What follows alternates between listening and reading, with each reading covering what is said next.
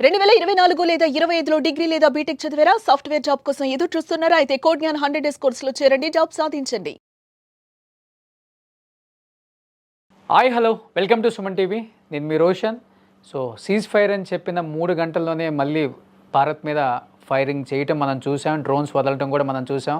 మొత్తం చీకటమయమైపోయింది. నిన్న కూడా ఈరోజు కూడా చీకటమయమైపోతుంది. ఏం జరుగుతుందో, ఏమైపోతుందో, మన వాళ్ళు ఎలాంటి డిసిషన్ తీసుకుంటారో, ఆపరేషన్ సింధూర్ అనేది కంటిన్యూ అవుతుందా, అసలు పిఓకి మీద స్ట్రాటజీ ఏంటి మోడీ గారిది, మన త్రివిధ దళాలు మోడీ గారు ఏం డిసిషన్ తీసుకోబోతున్నారు ఇంత జరుగుతున్నా అంటే, అంత పెద్ద స్టేట్మెంట్ ఒక ట్వీట్ చేసిన America president Trump common sense అని ఒక వాడి మన దేశం మీద, మన ప్రజల మీద, మనోభావాల మీద దెబ్బ కొట్టిన విధంగా ఒక ట్వీట్ కూడా చేశారు. కాబట్టి వీళ్ళ 2 నాలుకల ధోరణి ఏ విధంగా ఉండబోతుంది ఈరోజు తెలుస్తుంది. కాబట్టి ఇదే విషయం మీద మనతో పాటు చర్చించడానికి సిద్ధంగా ఉన్నారు సిఏ నాగార్జున రెడ్డి గారు. నాగార్జున రెడ్డి గారు నమస్తే అండి.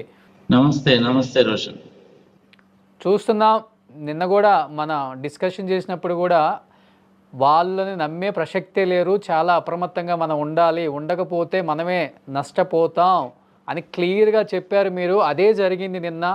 సీజ్ ఫైర్ అయిన 3 గంటల్లో వాళ్ళ బుద్ధి, వంకర బుద్ధి, చెప్పాలంటే కుక్క బుద్ధి చూపించారు. మళ్ళీ ఎలా చూడవచ్చు దీన్ని? ఇంకా దీన్ని ప్రత్యేకంగా చూసేదంటూ ఏముంటుంది రోషన్? నేను మొదటి నుంచి కూడా ఇదే చెప్తున్నాను. మన యుద్ధము అనేటువంటి మాట ఒకటైతే, ఇది యాక్చువల్గా యుద్ధము కాదు. యుద్ధము అంటే డిక్లేర్ చేయాలి, డేటు టైము చెప్పాలి. ఇది యుద్ధము కాదు.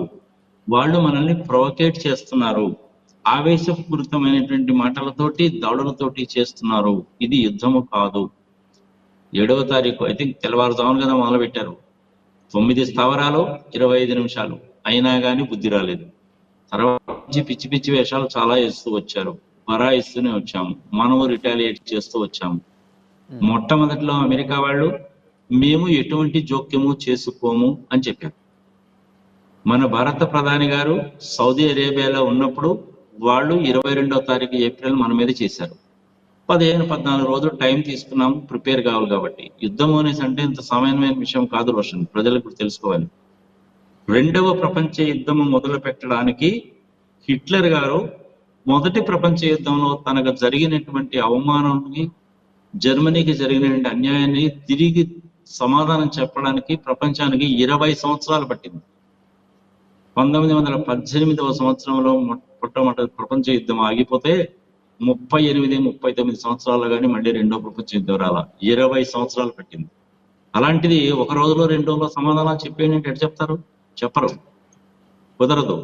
ప్రిపరేషన్ కావాలి. మన ఇండియన్ ఆర్మీ అనేటువంటిది చాలా స్ట్రాంగ్ ఆర్మీ. కంటిన్యూస్ ట్రైనింగ్ ఉంటుంది, కంటిన్యూస్ మానిటరింగ్ ఉంటుంది, ఎప్పుడూ సిద్ధంగానే ఉంటాం. S-400 మన దగ్గర ఉన్నంత కాలము మనం అంతగా భయపడాల్సిన పని లేదు.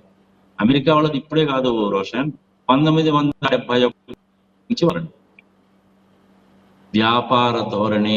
ఇంతకుముందు కూడా చాలాసార్లు చెప్పాను నేను, మళ్ళీ వ్యాపార ధోరణి.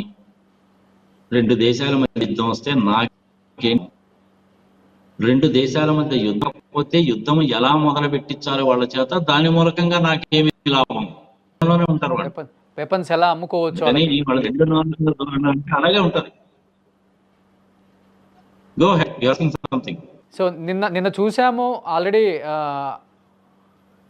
మళ్ళీ స్టార్ట్ చేశారు. కాబట్టి వాళ్ళు మన మీద డ్రోన్స్ అన్నీ కూడా యాజ్ యూజువల్గా ఎప్పటిలాగే జరుగుతుంది. కాబట్టి ఇవాళ ఏం జరుగుతుంది అనే దాని మీద ఎక్కువ చర్చ జరుగుతుంది. ప్రజల్లో కూడా ఒక రకంగా చెప్పాలంటే ఆందోళన నేను చెప్పను, చాలా ఇంట్రెస్టింగ్గా వెయిట్ చేస్తున్నారు. త్రివిధ దళాలు కావచ్చు, మోడీ గారు కావచ్చు, ఎలాంటి డిసిషన్ తీసుకోబోతున్నారు, అండ్ ఈ డిసిషన్ వల్ల మనకు మంచి జరుగుతుంది, మేలు జరుగుతుంది, మళ్ళీ ఆపరేషన్ సింధూర్ 3 డెఫినెట్గా జరిగే అవకాశం ఉంది ఇవాళ రేపట్లో అనే ఎక్స్పెక్ట్ చేస్తున్నారు. ఎవరు ఆందోళన పట్టలేదు. ఇక్కడ జరిగేదేదో జరిగింది, గట్టిగానే జరిగింది, మనకు మంచి కోసమే జరిగింది, ఇదే మంచి అవకాశం, ఈ అవకాశాన్ని మళ్ళీ మళ్ళీ రాదు, మనం కూడా వదులుకోవద్దు. సో మీకు పక్క దేశాలు 1,000,000 చెప్తుంటాయి, ఏయో ట్వీట్లు చేస్తుంటాయి, ఏదో కామన్ సెన్స్ అని కూడా వాడారు. భారతదేశాన్ని కూడా పెట్టి అలా వాడటం తప్పు, అయినా వాడారు. కానీ ఎవరికి కామన్ సెన్స్ ఉంది, ఎవరికి కామన్ సెన్స్ లేదో నిన్న రాత్రి 3 గంటల్లో తెలిసిపోయింది కదా. నేను మొన్న నువ్వు నన్ను ఇంటర్వ్యూ చేసినప్పుడు కూడా చెప్పాను కదా, అడిగావు కదా నువ్వు, సింధూర్ 3 అంటే పరిస్థితి ఏమిటంటే పాకిస్తాన్ దేశం ఉండదు అని చెప్పాను. సీజ్ ఫైర్ కోసం ఈ దేశాలు కూడాను మేము మాట్లాడాము, రాత్రి మాట్లాడాము, సీజ్ కూడా ఒప్పుకున్నారు. ఒకవైపు చెప్తూ విత్ ఇన్ 3 hours అంటున్నావు రోషన్, అది 3 hours కాదు, విత్ ఇన్ 1.5 hours లోనే మళ్ళీ వాళ్ళు శ్రీనగర్ మీద, జమ్మూ మీద ఇటువంటి ప్లేసెస్ డ్రోన్స్ కానీ, మిజైల్స్ కానీ అంతే. అది కుక్క తోక వంకరని ఎంత ప్రయత్నించినా వాళ్ళు అలాగే ఉంటారు. నేను అదే చెప్పాను పోయినప్పుడు, ఎంతకాలం అనేది రాయిస్తాము, ఇంచుమించుగా 70 సంవత్సరాలు అయిపోయింది, అటు ఇటు తేల్చుకుంటే పోతుంది. యుద్ధం అనేటువంటిది ఇరు పక్షాలకు కూడా నష్టం చేకూరుస్తుంది. వాళ్ళకి 100 రూపాయలు నష్టం అయినా కూడా ఒక 20 రూపాయలు, 25 రూపాయల నష్టం ఉంటుంది. నష్టాన్ని భరాయించడానికి మనం రెడీయే. మన దేశ ఆర్థిక వ్యవస్థ అనేటువంటిది కొంచెం జీడిపి తగ్గుతుంది, అయినా రికవర్ కాగలము. ఇవన్నీ కూడా జరుగుతున్నాయి. పాశ్చాత్య దేశాలు ఎవరు కూడాను ఆయుధాలు అమ్ముకు బతుకుదాం అనుకుంటారు. ఎస్పెషల్లీ అమెరికా వాళ్ళ ఉద్దేశం అనేటువంటిది అది. నేను అందుకనే ఈ విషయంలో మటుకు అమెరికా వాళ్ళకి ఇస్తాను. వాళ్ళ దేశంలో పరిశ్రమలు అభివృద్ధి చేసుకోవడం, వాళ్ళ దేశంలో ఉద్యోగాలు కల్పించుకోవడానికి అని చెప్పి H1B వీసాలు రిస్ట్రిక్షన్స్ పెట్టారు. దానికి తప్పు లేదు. వాళ్ళ దేశంలో ఉద్యోగాలు ప్రొవైడ్ చేసుకోవాలి, ఉత్పత్తి జరగాలి, ట్యాక్సులు రావాలి, దానికి మనం సమర్థించాల్సిందే. కానీ ఈ విషయంలో మొట్టమొదటి నుంచి కూడాను 2 ధోరణులే ఉంటాయి. నాగార్జున రెడ్డి గారు, చూస్తున్నాము ఆల్రెడీ చైనా కూడా ఒక స్టేట్మెంట్ ఇచ్చేసింది ఓపెన్గా, మేమైతే సపోర్ట్ చేసేస్తున్నాము, డెఫినెట్గా మేమిద్దరం కలిసే వార్లో ఉంటామన్నట్లుగా. ఇదే విధంగా చూస్తుంటే ఇంకో పక్క వినపడుతుంది, రేపటి రోజున అమెరికా కూడా పాకిస్తాన్కి మా సపోర్ట్ ఉంటుందేమో అనే మాట కూడా వినాల్సి వస్తుందని. ఇన్ కేస్ అదే జరిగితే భారత్ తీసుకునే నిర్ణయం ఎలా ఉండబోతుందంటారు మీరు? ఇంత సీన్ ఏమి ఉండదబ్బా. చైనా వాళ్ళకి ప్రధానమైనటువంటి ఉద్దేశం, నేను ఇంతకుముందు కూడా వీడియోలో చెప్పాను, వ్యాపార సంబంధాలను మాత్రమే చైనా వాళ్ళు చూసుకుంటారు. వాళ్ళకి గోదావరి పోర్ట్ లో చాలా హెవీగా ఇన్వెస్ట్మెంట్ చేశారు. రోడ్ల ప్రాజెక్టుల మీద, పవర్ ప్రాజెక్టుల మీద పెట్టారు కాబట్టి వాళ్ళ ఇన్స్టలేషన్స్ దెబ్బతింటేమో వాళ్ళ భయం. గోదావరి పోర్టుని గురించి మనం ఆలోచించాల్సిన పనే లేదు. అది బెలూచిస్తాన్ లిబరల్ ఆర్మీ వాళ్ళు చూసుకుంటారు, మనకి దాంతో సంబంధం లేదు. చైనా వాళ్ళకి లెటర్ అర్థమైపోతుంది కదా, పాకిస్తాన్ సపోర్ట్ చేస్తారనే సంగతి తెలిసిందే. కానీ ప్రత్యక్ష యుద్ధంలో వస్తారంటే రారు. పంపించిన డ్రోన్ ఫెయిల్ అయిపోయాయి మనం చూసాము. టర్కీ వాళ్ళు పంపించిన డ్రోన్ ఫెయిల్ అయిపోయాయి మనం చూసాము. అమెరికా వాళ్ళు అనేటువంటిది మొట్టమొదటిలో మేము ఎటువంటి జోక్యము చేసుకోమన్నారు, చిన్నగా జోక్యం చేసుకోవాలనేటువంటి కోరిక వాళ్ళకి ఉంటుందా లేదా అంటే వాళ్ళు డైరెక్ట్ గా మనకు జోక్యం చేసుకోరు. ఇప్పుడు మళ్ళీ వాళ్ళకి ఏదో ఇంకొక ఆయుధాలు గీదాలు ఇవ్వాలన్నా కానీ అది కుదిరేటువంటి పని కాదు. ఉన్న ఆయుధాల మీదనే మాకు మెయింటెనెన్స్ ఛార్జెస్ కోసం అని చెప్పి వాళ్ళు డబ్బులు తీసుకునేవాళ్ళు, పాస్పోర్ట్ వాళ్ళ దగ్గర పెట్టుకునేవాళ్ళు. అయితే ఇండియా మీద F-16 వాడకూడదు అనేటువంటి కండిషన్ మీదనే వాళ్ళకి F-16 ఇచ్చారు. గట్లన్నీ కూడా ఎట్లా వాడతారు? ఏదో పెద్దన్న పాత్ర పోషించాలి కాబట్టి వాళ్ళు అట్లా అంటున్నారు. కానీ ఈవెన్ S-400 కూడా మేము ధ్వంసం చేశామని చెప్పేసి జబ్బదలు వాదుకొని మరీ మీడియాలో హల్చల్ అవుతుంది న్యూస్ అక్కడ. అంత సీన్ ఏమి లేదు. చెప్పే కదా, నేను ఎందుకంటే చెప్పాను కదా, నేను మా TNR నార్త్ సిటీలో ఉండేటువంటి ఆయనది జైసల్మార్ కి జస్ట్ 3-4 కిలోమీటర్ల దూరంలో ఉంటది.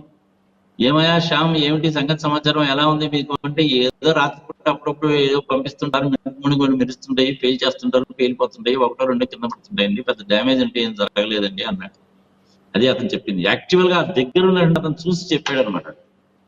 ఓకే, ట్రంప్ గారు కామన్ సెన్స్ అనేటువంటి మాట, ఇంటెలెక్చువల్ అనేటువంటి మాట వాడడం అనేటువంటి జరిగింది. కామన్ సెన్స్ ఎవరికి ఉండాలి? వాళ్ళని వెనక నుంచి పెంచి పోషించినటువంటి వాళ్ళకి కామన్ సెన్స్ ఉండాలి.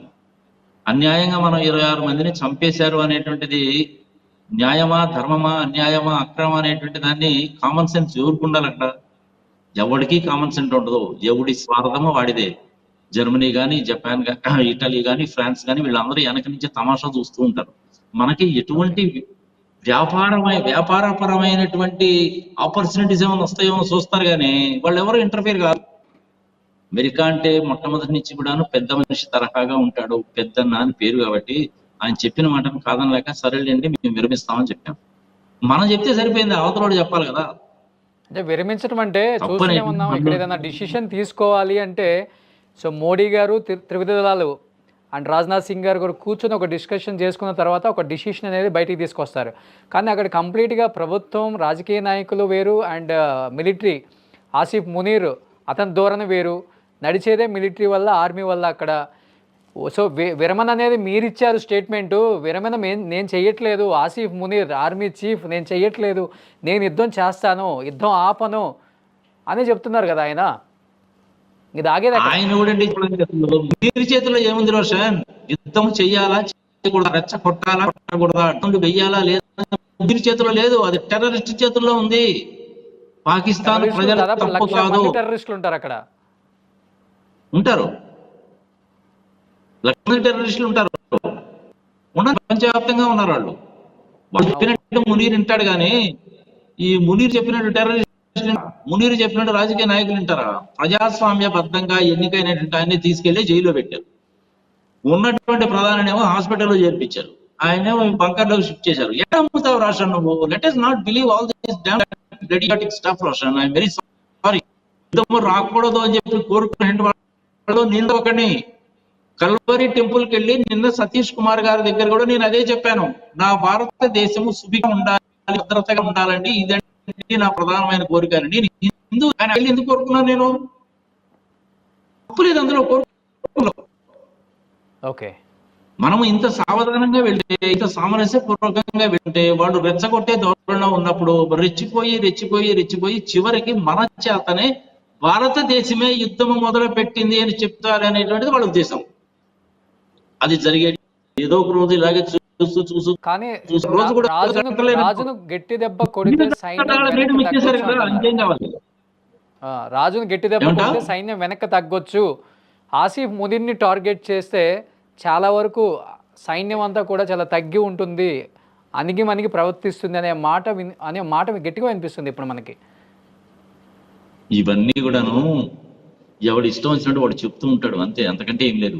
చక్కటి అవకాశము, మంచి అవకాశము, ఇంత మంచి అవకాశము మన భారత సైన్యానికి కానీ, భారత ప్రజలకు కానీ, మంత్రివర్గానికి కానీ, మినిస్టర్స్ కానీ ఎవరికి రాదు. అటు ఇటు తేల్చి చేసుకుంటే అయిపోతుంది కదా. ఒక 100 రూపాయలు నష్టము తప్పులేదు, వాళ్ళకి 100 రూపాయలు అయితే 1000 రూపాయలు నష్టం. ప్రిపేర్డే నేను. ఒక 3000 మంది 4000 మందిలో యుద్ధంలో చనిపోవచ్చు, దానికి కూడా నేను ప్రిపేర్డే. వాళ్ళందరికీ కూడా సహాయం చేయడానికి కూడా ప్రతి భారతీయుడు ప్రిపేర్డే. ఒక పూట అన్నం తినడం మానేయడానికి కూడా మనం సిద్ధమే. మన దగ్గర ఆయుధ సంపత్తి లేక కాదు, అసలు సిస్సలైనటువంటి ఆయుధాలు మనం ఇంకా బయటికి తీలా. అవి కనుక బయటికి తీస్తే పాకిస్తాన్ ఈ పాడి స్మాష్ అయిపోయి ఉండేది. కరాచీ మీద కొట్టిన దెబ్బ సాలగా, అయినా కానీ వాళ్ళకి బుద్ధి రావాల్సిన పని లేదా? ఓకే, గద్వార్ మీద మనము చేయాల్సిన పని లేదు, అది బెలూచిస్తాన్ ఆర్మీ వాళ్ళు చూసుకుంటారు. అన్ని వైపుల నుంచి వాళ్ళకి నెగిటివ్సే, మనకు అన్ని వైపుల నుంచి పాజిటివ్సే. రెచ్చే ధోరణి గత 4-5 రోజుల నుంచి చేస్తున్న పని అది. ఇక దీనికి మనం ముగింపు, మనమే యుద్ధము చేస్తున్నాము, ఇది అన్క్లియర్ చేయాలని పాకిస్తాన్ వాళ్ళు చూస్తున్నారు. అని మనం చెయ్యం, అది చేయడం లేదు. చూద్దాం ఒక 2 రోజులు, ఒక 2 రోజులు చూసిన తర్వాత ఇక లాభం లేకపోతే మటుకు ఫుల్ స్కేల్ ఫైటింగే, ఫుల్ స్కేల్ యుద్ధమే, తప్పదు. అటు ఇటు తెలియదు రోషన్. యుద్ధము జరగకూడదు, యుద్ధము జరగదు, ప్రత్యక్ష యుద్ధములు, అనేక రకాలైనటువంటి యుద్ధాలు ఉంటాయని చెప్పి నేను కూడా నిన్న మొదలుగా చెప్తూనే వచ్చాను. నీటిపరమైన యుద్ధం మొదలు పెట్టాము, వాణిజ్యపరమైన యుద్ధం మొదలు పెట్టాము, సైబర్ పరమైన యుద్ధం కూడా మొదలు పెట్టుంటారు, ఆర్థిక పరమైన యుద్ధం మొదలు పెట్టాము, ట్రాన్స్పోర్టేషన్ లాజిస్టిక్స్ మొదలు పెట్టాము. ఇవన్నీ రకరకాల యుద్ధాలు. మన కనుక ఫార్మస్యూటికల్స్ కనుక పంపించిన కనుక మానేసామంటే కొన్ని వేల మంది చచ్చిపోతారు పాకిస్తాన్ లో. ఇవన్నీ కూడా రకరకాల ధోరణులు ఉంటాయి. పాకిస్తాన్ మరి ఇంకా వాళ్ళకి రాదబ్బా, కుక్కతోక వంకర ఎందుకుంటుంది వాళ్ళకి? వాళ్ళకి రాదు. పాకిస్తాన్ లో ప్రజలేమో బాబు భారతదేశంతో యుద్ధం వద్దు, మనం వాళ్ళతో శాంతియుతంగా బతుకుదాము, ఉద్యోగాలు, పరిశ్రమలు, వాణిజ్యము, పోర్ట్లు అందరితో బాగుందని చెప్పి పాకిస్తాన్ ప్రజలు అనుకుంటున్నారు. కానీ నాయకత్వం అనుకోవడంలో, నాయకత్వం కనుక అదే విధంగా కనుక అనుకుంది అంటే టెర్రరిస్టులు వాళ్ళని చంపేస్తారు. మునీర్ను కూడా టెర్రరిస్ట్గా చంపేస్తారు చూడు, రేపు ఏదో ఒక రోజు. వాళ్ళు చెప్పినట్టు వినకపోతే వాళ్ళు అలాగే చేస్తారు. టెర్రరిజం అంటే అది మూఢత్వము, మతపరమైనటువంటి మూఢత్వము. సర్దార్జీలు చేయడం లేదు, బౌద్ధులు చేయడం లేదు, హిందువులు చేయడం లేదు, క్రిస్టియన్స్ చేయడం లేదు, జ్యూస్ చేయడం లేదు. వీళ్ళు ఒక్కళ్ళు ఎందుకు చేస్తున్నారు? అంతే. దానికి మనం ఏం గట్టిగా దెబ్బ పడాల్సిందే రోషన్. అటో ఇటో ఈసారి తేలిపోవాల్సిందే, అంతే. నేను నిజంగా యుద్ధానికి కనుక వెళ్ళారంటే మటుకు నేను కూడా ఇప్పుడు ఫుల్ సపోర్ట్ చేయడం. కానీ రోజు మనం చేయాల్సిన లేదు. రోజు 1 గంట దాకా 2 గంటలకు వాచ్ చేస్తానే ఉన్నాను. నేను కూడా నైట్ 2-3 దాకా చూస్తున్నాను ఏం జరుగుతుంది, ఏం జరగబోతుంది, ఎలాంటి డిసిషన్ తీసుకోబోతారు మన ఆర్మీ. డైలీ ఇదే చూస్తున్నాను నేను కూడా. ఆర్మీకి ఫుల్ పవర్స్ ఇచ్చారు. ఇక మోడీ, రాజ్నాథ్, అమిత్ షా చెప్పడము, దాని గురించి మళ్ళీ రిపబ్లిక్ టీవీలో మన అరుణ మంత్రులు వేసుకుంటూ పెట్టడము, ఇవన్నీ అనవసరం. డెసిషన్ వాళ్ళకి వదిలిపెడితే వాళ్ళే తీసుకుంటారు. మరి సామాన్య సో మనం మానవుడిగా నువ్వు ఎక్స్పెక్ట్ నన్ను అడిగితే నేనేం ఎక్స్పెక్ట్ చెప్పాలి చేయొచ్చా అంటే మనం మంచి అనుకున్నట్లుగానే అవకాశం కాదు కాబట్టి let us go ahead. Okay, expect చేయొచ్చా So it మనం is taken over. అనుకున్నట్లుగానే వాళ్ళు ఉల్లంఘించారు కాబట్టి మనం కూడా అదే ధోరణి అదే రూట్లో వెళ్తూ ఈరోజు ఆపరేషన్ సింధు 3 ప్రయోగిస్తే ఇన్ కేస్ మీరు అన్నట్లుగానే పీఓకే వరకు వెళ్ళి ఆక్రమించుకొని వాళ్ళకి గట్టి దెబ్బ కొట్టే అవకాశం ఉందంటారా? డెఫినెట్ గా ఉంటుంది. కొట్టేది ఏదో కరాచీని కొట్టారు, లాహోర్ ఇస్లామాబాద్ ని కొట్టండి, వాళ్ళు తీసుకెళ్లి ఎక్కడో కొండ చర్యల్లో ఎక్కడో పెట్టుకున్నారు అణ్వస్త్రాల్ని, దాని దగ్గర కూడా దెబ్బ కొట్టండి. దానికని దెబ్బ కొడితే ఈ ప్రపంచం మొత్తానికి దెబ్బ తగ్గుతుంది. అందుకని చెప్పి మన అయినా కానీ దాని దగ్గర ఏదో ఒక గట్టి దెబ్బ తగిలినట్టుంది. అది ఎక్కడో కొండల లోపల పెట్టారు కదా, ఏదో ఇన్నాళ్ళు మాయిదాలు ఉన్నాయని చెప్పి బెదిరిస్తున్నారు. నేను ఆల్రెడీ చెప్పాను, అందులో యురేనియం 235 ఉపయోగించారా, 238 ఉపయోగించారా, వాళ్ళు దాంట్లో ఉపయోగించిన మెటీరియల్ అనేటువంటిది పొలోనియమా, ప్లుటోరియమా, థోరియమా అనేటువంటిది ప్రపంచానికి ఎవరికి తెలియదు, కానీ అమెరికా వాళ్ళకి తెలిసి ఉంటది. కామన్ సెన్స్ తోటి ఆలోచించినా కానీ అమెరికా వాళ్ళకి తెలిసి ఉంటది. అలా ఇంటలెక్చువల్ మైండ్ అమెరికాలో ఉన్నారు కాబట్టి ట్రంప్ గారికి వాటికి చెప్పే ఉంటారు. వాళ్ళ దగ్గర యురేనియం 238 మెటీరియల్ వాడినటువంటి అణ్వస్త్రాలు ఉన్నాయి. ట్రంప్ గారికి తెలియదు అనుకుంటున్నామే, మనకు తెలియకపోవచ్చు కానీ ఆయన గ్యారంటీగా తెలుసు. ఆయన మన మీద కామన్ సెన్స్ ఇంటలెక్చువల్ అంతేటి ఉపయోగించాడు కదా, మరి ఆ మాత్రం కామన్ సెన్స్ ఉంటుందా అమెరికా కానీ, లేకపోతేనేమో చైనా కానీ, యూరోపియన్ కంట్రీస్ కానీ ఆ మాత్రం కామన్ సెన్స్ ఉంటుందా చెప్పు? నేను కూడా అదే మాట అంటున్నాను రషన్, మరి కామన్ సెన్స్ ఉంటుందా? ఫస్ట్ మొదలు పెట్టింది ఎవరు? వాళ్ళే మొదలు పెడితే నాకు కామన్ సెన్స్ ఉండాలని మాట్లాడతారేంటి? ఇంటెలిజెన్స్ అనేటువంటిది ఎవరికి ఉండాలి, కామన్ సెన్స్ అనేటువంటిది ఎవరికి ఉండాలి? చాలా దారుణమైన పదాలు కదా అయ్యి. కొంచెం పద్ధతిగా మాట్లాడాలి వాళ్ళు అనేసి అంటే ప్రపంచానికి పెద్దన్న అనేటువంటి గౌరవం మనకి ఎప్పుడు ఉంటుంది, కానీ ఇచ్చే గౌరవాన్ని నిలుపుకోవాలి వాళ్ళు. మొట్టమొదట్లో అసలు మేము రాము, మాకేం సంబంధం లేదన్నారు, తర్వాత ఏమో ఈ విధంగా మాట్లాడడం మొదలుపెట్టారు. సార్ లాస్ట్ అండ్ ఫైనల్ గా ఏం చెప్తారు? ఈ నైట్ కి ఏం చూడొచ్చు మనం? ఆపరేషన్ సింధూర్ 3 చూడొచ్చా? ఒక మాటలో చెప్పేయండి. సింధూర్ 3 అనేటువంటిది నిన్ననే మొదలైనట్టు లెక్క, కానీ నేను కోరుకుంటున్నది ఇప్పుడు సింధూర్ 3 కాదు, సింధూర్ 3 కాదు, ఫుల్ స్కేల్ వార్ అనేటువంటిది చేస్తే గానీ వాళ్ళకి బుద్ధి రాదు. చేయగలిగిన కెపాసిటీ మనకుంది, సామర్థ్యం మనకుంది. ఇండియా నాలేద్దాం ఫుల్ గా. ఇక మధ్యలో మోడీ గారు ఏం చెప్తారు, రాజ్నాథ్ సింగ్ గారు ఏం చెప్తారు, ప్రెసిడెంట్ ఆఫ్ ఇండియా ఏమంటారు అనుకోవడం ఎందుకు? ప్రెసిడెంట్ ఆఫ్ ఇండియా గారు ఒకటే ఒక డిక్లరేషన్ చేస్తే చాలది.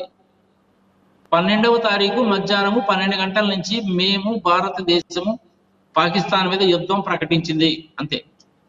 ఇంకా అమెరికా వాళ్ళు చెప్పినా ఇంకొకటి చెప్పినా కానీ వినాల్సిన పని లేదు. చైనా వాడు ఏదో వచ్చి హెల్ప్ చేస్తాడు అనుకుంటున్నాను, కానీ వాడు వచ్చి అంత మాత్రం హెల్ప్ చేస్తాడని తెలిసిందే మనకి. పాకిస్తాన్తో చేతులు కలిపి చైనా వాడు కనుక పోయాడంటే చైనా వాడికి మనకి ఉన్న వాణిజ్య సంబంధాలు దెబ్బతింటే దాని మూలంగా చైనాకే నష్టం, యూరోప్కి నష్టం, అమెరికాకి కూడా నష్టమే, అందరికీ నష్టమే. మరి మనకి నష్టం ఉండదా అంటే మనకు కూడా నష్టం ఉంటుంది. ఇంకా లాస్ట్ ఛాన్స్ రోషన్, వదిలిపెట్టే సమస్య లేదు, అటో ఇటో తేల్చేసుకుందాం ఇది.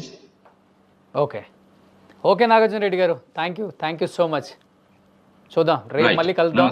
ఏం జరుగుతుందో ఈ రాత్రి అందరూ కూడా వేచి చూస్తున్నారు. 140 కోట్ల మంది భారతీయులందరూ కూడా ఒకటే నినాదం, భారత్ ఈ యుద్ధంలో వెనక్కి తగ్గదు, తీసుకునే డిసిషన్ గట్టిగానే తీసుకుంటుంది, కొట్టే దెబ్బ గట్టిగానే కొడుతుంది.